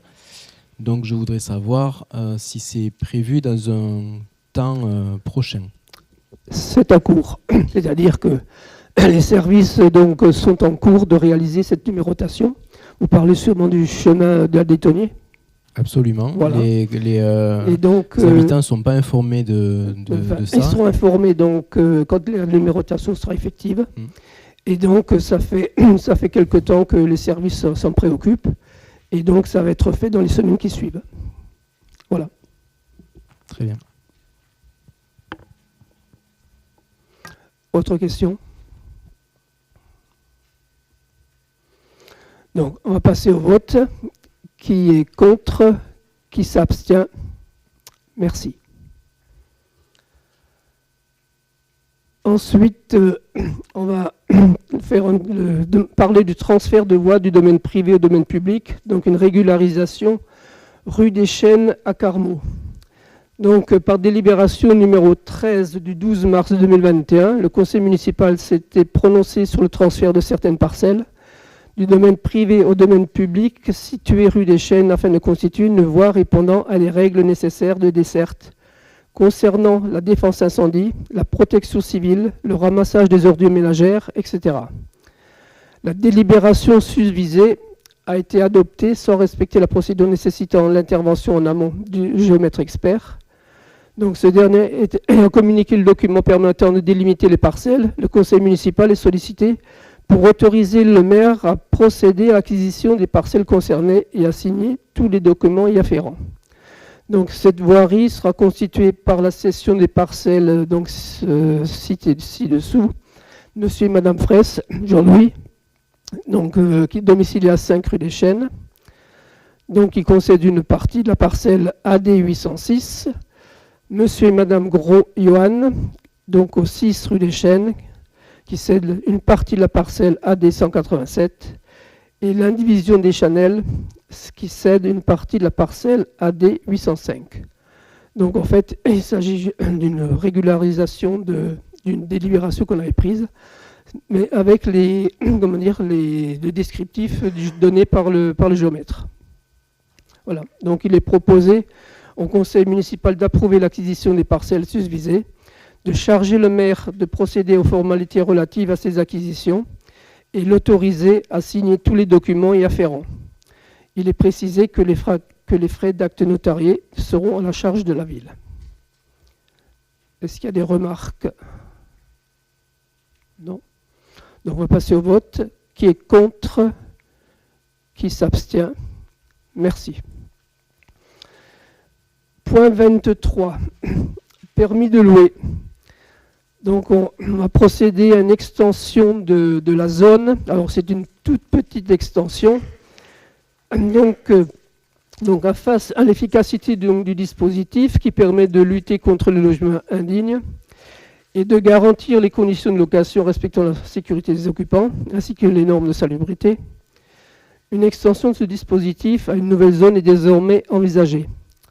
Alors l'extension va donc se faire donc, sur les logements qui sont mis en vente par 3F Occitanie sur les parcelles donc AM 412. En fait, c'est le numéro 13, donc Flandre-Dunkerque, et AM 419 qui est le numéro 4, donc rue Stendhal, donc boulevard du Rajol, Flandre-Dunkerque, ainsi que les logements situés sur la parcelle AP 355, qui est donc le numéro 7, l'avenue de la Libération, à côté de la mairie. Alors ces parcelles n'étaient pas dans la configuration initiale, dans la mesure où une grande partie de ces parcelles étaient donc aux services sociaux. Et donc ils n'étaient pas concernés par le permis de louer. On a vu que les ventes de logements sont en cours, et donc dans cette mesure-là, on veut rattacher ces logements, donc ces immeubles, dans le permis de louer. Est-ce qu'il y a des questions?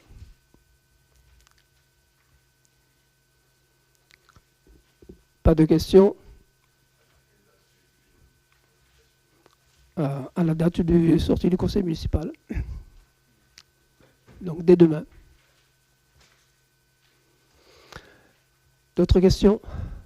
Non. Donc, qui est contre? Qui s'abstient? Merci.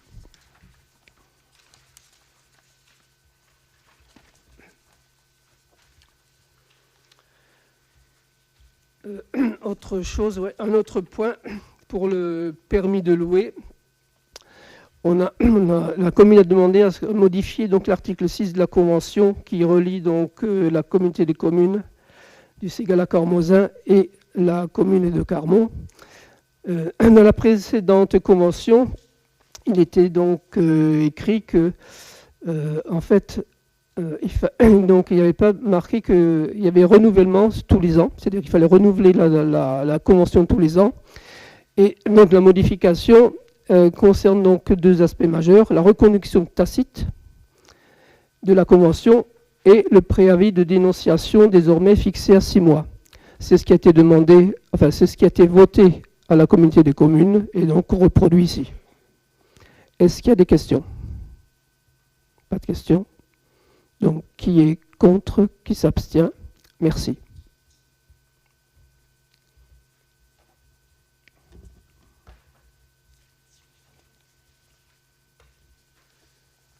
Donc, compte rendu des délégations, tarif de droit de place. Donc, ça concerne la Saint-Privat. Donc, c'est le droit de place qui a été prélevé auprès des forains lors de la Saint-Privat de cette année. Donc, 8 232 €. C'est légèrement plus élevé que l'année dernière. Voilà pour ceci. Ensuite, autorisation d'emprunt. Donc, comme prévu lors du budget prévisionnel, donc, nous avons effectué un emprunt de 750 000 € auprès de la Caisse des dépôts. Cet emprunt est, les points importants, il est sur 25 ans. Il est indexé sur le livret A avec une marge sur ce taux-là de 0,6%.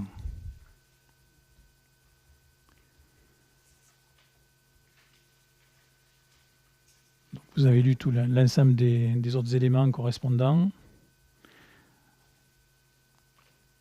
Désignation de membres de la commission d'indemnisation amiable des commerçants. Donc, suite au conseil municipal, donc, on avait désigné les élus, mais aussi un représentant du service des finances, un représentant de la CCI, un représentant des commerçants et des membres suppléants. Organisation d'une bourse de documents à la médiathèque, Centre culturel Jean-Baptiste Calvignac.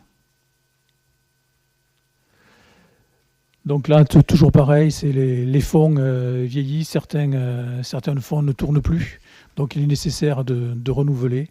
Et donc à partir de là, donc il y a des ventes qui sont effectuées pour permettre ce renouvellement. Voilà. Il est à noter, peut-être que vous ne l'avez pas remarqué, mais dans la DM tout à l'heure, il y avait 5 000 € qui étaient alloués au niveau de la médiathèque pour justement un renouvellement supplémentaire du fonds. Voilà.